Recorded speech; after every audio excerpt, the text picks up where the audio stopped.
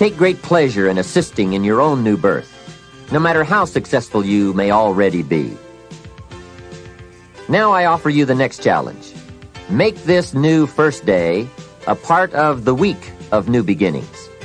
See how many things you can continue and start in this week of new beginnings. Then make it the first month of the new beginnings. Then the first year of the new beginning. By the time that first year is finished, you will never again be claimed by the past. Past habits, past influences, past regrets, or past failures. You are ready to, as the Bible phrase says, fly with the eagles. And you will have begun your certain journey toward the last key concept we'll discuss on this cassette. Success. Success is both a journey and a destination, isn't it? It is both the steady, measured progress toward a goal and the achievement of a goal. Success is an accomplishment, whether it be great or small, and it's an understanding of the potential and power of an entire human life. Success is an awareness of value, and it's the cultivation of value through discipline. It can be tangible or intangible. Success is a process of turning away from something in order to turn toward something else. From no exercise to exercise, from candy to fruit, from not investing to investing. Success is responding to an invitation to change, to grow, to develop, to become, to move up to a better place with a better vantage point. But most of all, success is making your life what you want it to be, considering all the possibilities, considering all the examples.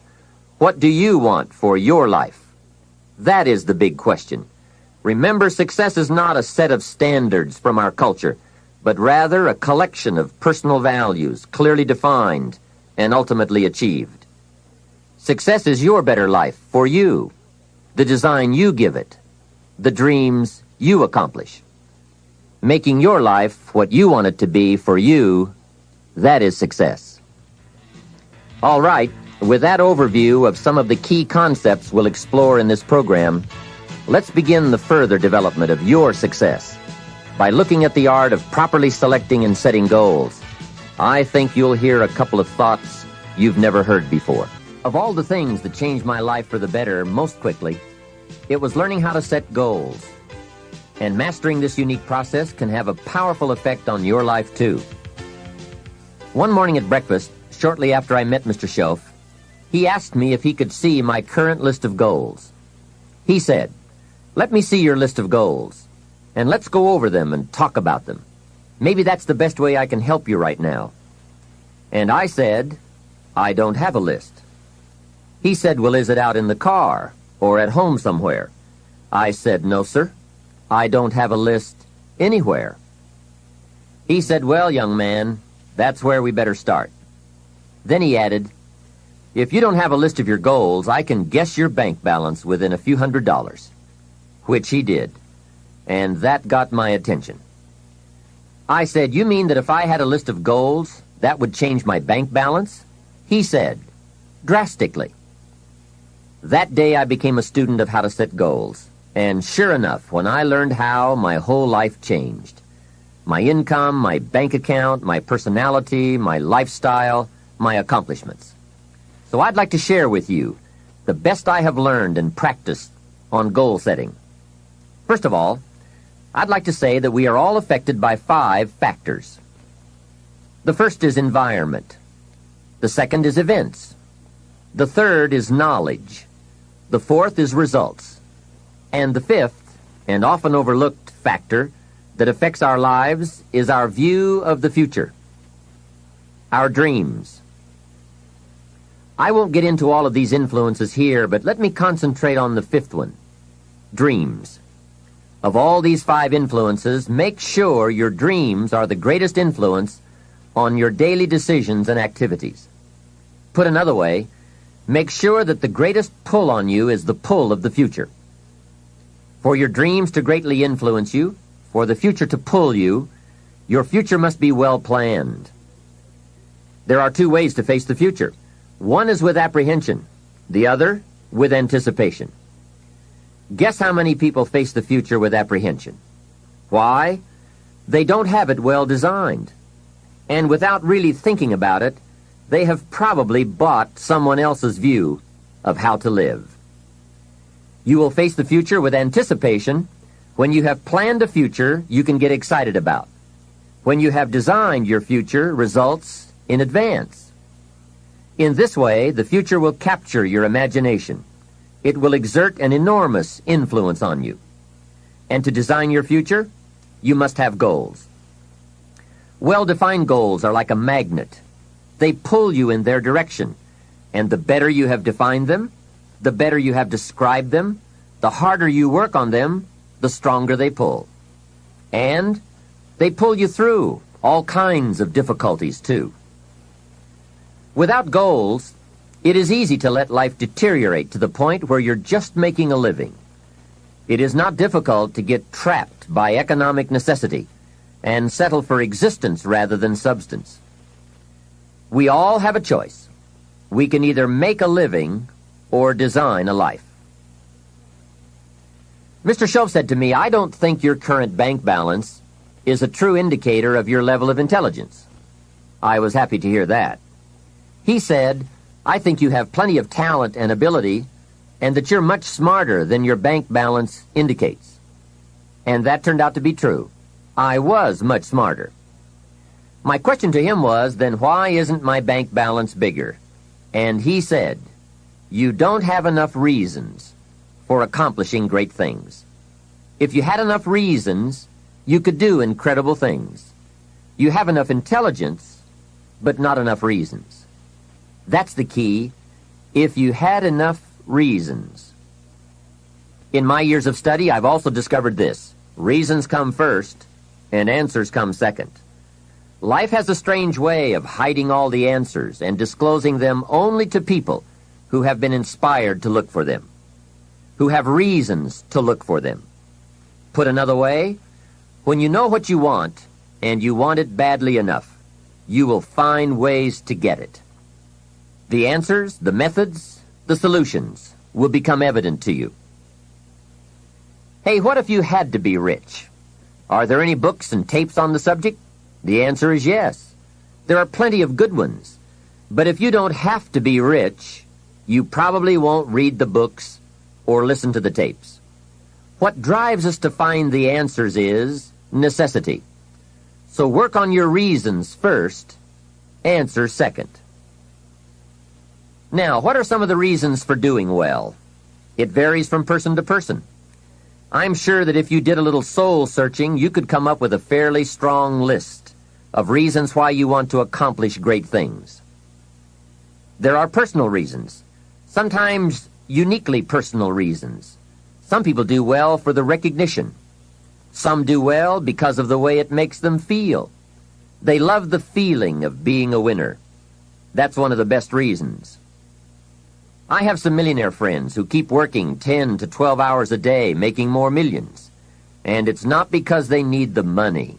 It's because of the joy, pleasure, and satisfaction that come to them from being constant winners.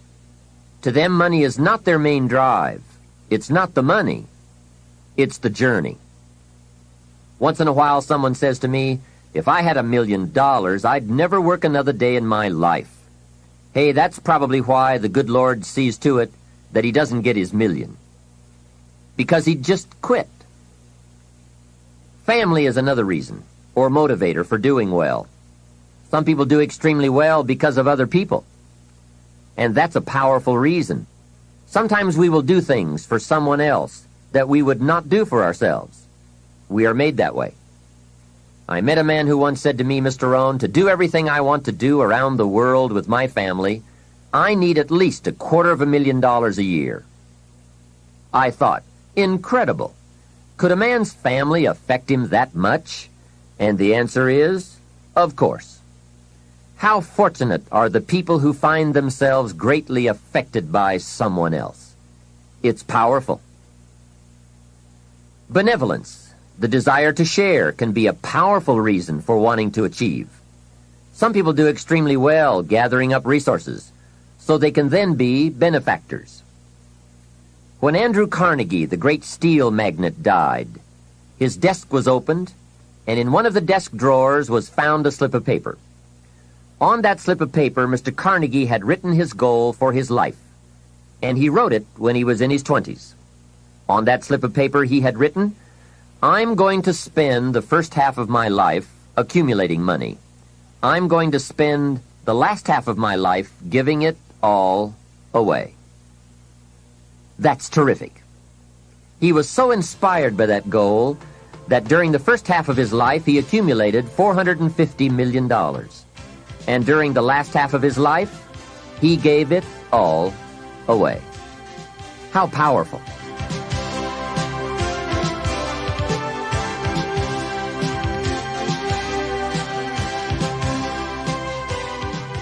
What has you turned on? What has you getting up early, hitting it hard all day, and staying up late? What has you inspired? Next question, what's got you turned off? When I found the answers to those two questions, my life exploded into change. I finally found out what negative philosophy of life I had allowed to limit me and had me turned off, and I got that cured. Then I found a long enough list of reasons to turn me on, and once the lights went on for me, at age 25, they have never gone out. I've fallen out of the sky a few times, but I've never lost that drive to do something unique with my life. Now there's another list of reasons for doing well, called nitty-gritty. Those hard little reasons that can really affect your life. Sometimes it doesn't take much of a goal to start you in a brand new life direction. I now carry a few $100s in my money clip. It's only a few $100s, but the story behind why I do it reveals one of those reasons that greatly affected me. Just before I met Mr. Schoaf, I heard a knock at my door one day. When I opened it, there was a little girl selling Girl Scout cookies, and she gave me one of the finest sales presentations I've ever heard. A special deal, several flavors, and only $2, back when you could get a lot for $2. And with a big smile, she very politely asked me to buy. And I wanted to. Big problem. I didn't have $2. And to this day, I can still clearly remember the pain and the embarrassment. I was a father, I had been to college, I was working, and I didn't have $2. Now, since I didn't want to tell her that, I did what I thought was next best. I lied to her. I said, "Hey, I've already bought lots of Girl Scout cookies. I've still got plenty stacked in the house." Now, that wasn't true, but it seemed to get me off the hook for the moment. She said, "That's wonderful, sir. Thank you very much." And she went away. After she had left, I closed the door, and that was the day I said, "I don't want to live like this anymore." I've had it with being broke, and I've had it with lying. I've had it with being embarrassed over not having any money in my pocket. I promised myself that day that this would never happen again. I picked a day and an amount, and I said, "I'll never carry less." It was one of those reasons that still affects my life after all these years. So I now carry a few $100s in my money clip. I do that for two reasons, I guess. One reason is the way it makes me feel. That special feeling of having plenty. Mr. Schoaf said to me, "The first $500 you earn, put into your pocket, not in the bank. It feels much better in your pocket than it does in the bank." I've found that's true. But I also carry plenty in case I bump into another Girl Scout who's selling cookies. I'm ready. I remember walking out of the bank one day in Northern California where I lived at the time, and there were two little girls selling candy right outside the bank for some girls' organization. The first little girl walked up to me and said, "Mister, would you like to buy some candy?" I said, "I probably would. What kind is it?" She said, "It's almond roca." I said, "That's my favorite." She said, "Wonderful." I asked, "How much is it?" She said, "It's only $2. I thought, it couldn't be. Still $2 after all these years? I couldn't help remembering the Girl Scout and the cookies. I said, "How many boxes of that candy have you got?" She said, "I've got 5. And the other little girl standing there, she was selling candy too. I asked, "How many boxes do you have?" She said, "I've got 4. I said, "That's 9. I'll take them all." They said, "Really?" I said, "Yes. I've got some friends, so I'll pass some around." They got so excited, put all this candy together. I reached into my pocket and gave them $18. Now, when I've got the candy and they've got the money, that first little girl looks up and says, "Mister, you are really something." How about that? Can you imagine only spending $18 and having someone look at you in the face and say, "You are really something"? Now you know why I carry heavy. I'm not going to miss those chances anymore. It was a small goal, just a few $100s, but it had a big effect on my life. I have a dear friend, Robert Depew. Bobby used to be a school teacher in Lindsay, California, the olive capital. After he taught school for several years, he became a little weary of teaching and decided to get into sales. One day, without telling anyone, he quit his teaching job and jumped into sales. When he did, his brother poked fun at him. His brother said, "You're going to go right down the drain. You had a good teaching job. Now you're going to lose everything you have. You must be out of your mind." He put him down something fierce. Bobby said, "The way my brother acted made me so angry, I decided to get rich." Today, Robert happens to be one of my millionaire friends. The attainment of wealth is not just a matter of intelligence. Mostly, it's a matter of inspiration. So if you have strong enough inspiration, a strong enough reason, large or small, it can have an incredible influence on the direction of your life.